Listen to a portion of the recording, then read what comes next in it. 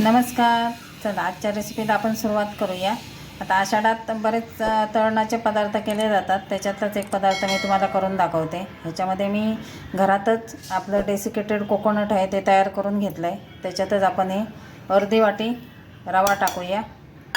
त्याच्यामध्ये पाव वाटीत थोडीशी कमी साखर टाकूया आणि 3-4 काजू आणि विलायची ही पण ह्याच्यातच टाकूया आणि 1 चिमूटभर मीठ टाकूया. आता हे मिक्सरला बारीक फिरवून घेते. हे बघा मस्त असं बारीक दळून घेतलं आहे मी. आता हे एका भांड्यात काढून घेऊया.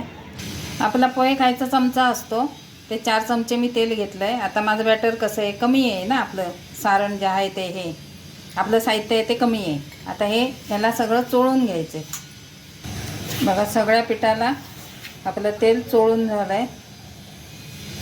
हे बघा साईसकट दूध घेतलं आहे मी, ते आता टाकूया आणि मिक्स करूया आणि ह्याला 5 मिनटं ठेवून देऊया बाजूला. थोडा वेळ बाजूला ह्याला ठेवूया. मिक्स करून बाजूला ठेवून देते. रवा आहे तो आपला फुलला पाहिजे. त्याच्यामध्ये दूध आहे ते अर्धी वाटीत कमी आहे, पाव वाटीत थोडंसं जास्त आहे आणि साय टाकली एवढ्याचसाठी की त्याची चव पण छान येते. मग हे बघा 10 मिनटासाठी बाजूला ठेवलं होतं आपण. आपलं बॅटर आहे ते मस्त रवा फुलला आहे आणि थोडं घट्ट पण झालं बघा. आता ह्याच्यामध्ये आपण बाकीचं साहित्य एक एक करून सगळं टाकूया. मिल्क पावडरचा 1 सॅशे घेतला आहे मी. याच्यामुळे चव खूप छान येते बरं का. हे टाकलं तर खूप छान लागतात. हे घरात तयार केलेलं डेसिकेटेड कोकोनट साधारण 4 चमचे आहेत, छोटे 4 चमचे. आता हे मिक्स करून घेते. सगळं असं मिक्स करून घेऊया. 2 चिमूटभर सोडा टाकते, तोही मिक्स करून घेते. आता ह्याच्यामध्ये जसा बसेल तसा मैदा टाकायचा आणि त्याला मळून घ्यायचं आहे. तुम्ही गव्हाचं पीठ टाकलं तरी चालेल, मैद्याचे छान खुसखुशीत होतात. आता जसं बसेल तसं मी त्याच्यामध्ये जेवढा बसेल तेवढा आपण त्याच्यामध्ये ॲड करायचा. 1 वाटी पूर्ण मी मैदा याच्यामध्ये घातला आहे. आता शेवटचा आहे तोही मिक्स करून घेते. आता हा मिक्स करून झाला आहे. ह्याला आता आपण 25 ते 30 मिनटं कमीत कमी अर्धा तास असं बाजूला ठेवून देऊया झाकून आणि नंतर मग आपण करायला घेऊया. आता आपण बघूया. ह्याला अर्धा तास झाला आहे आणि पीठही बघूया. बघा मस्त अशी जाळी पडली ही बघा, छान अगदी जाळी पडली.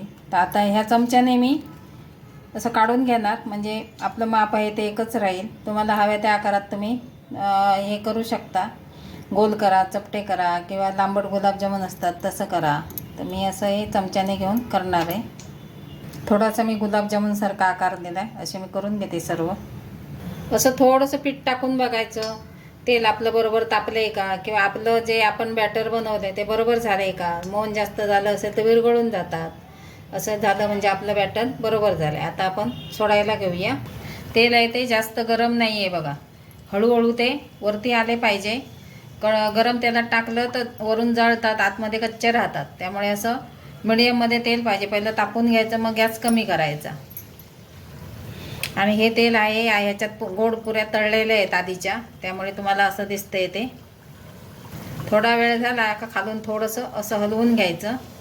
बघा सगळे आता फुलून वरती यायला लागलेत. चिटकले असतील तर असे सोडून घ्यायचे हळूच. सगळे पलटून घेऊया. मस्त असे क्रॅक गेले आहेत, त्याला उघडले आहेत बघा अगदी. मस्त आपली रेसिपी तयार झाली बघा. आवडली तर लाईक शेअर नक्की करा आणि चॅनल जर नवीन असते त्याने सबस्क्राईब करा. दुसरी बॅच पण आपली होत आली. आता आपली रेसिपी तयार आहे. आपली गोड स्वीट मिठाई तयार झाली. नक्की ट्राय करा. धन्यवाद.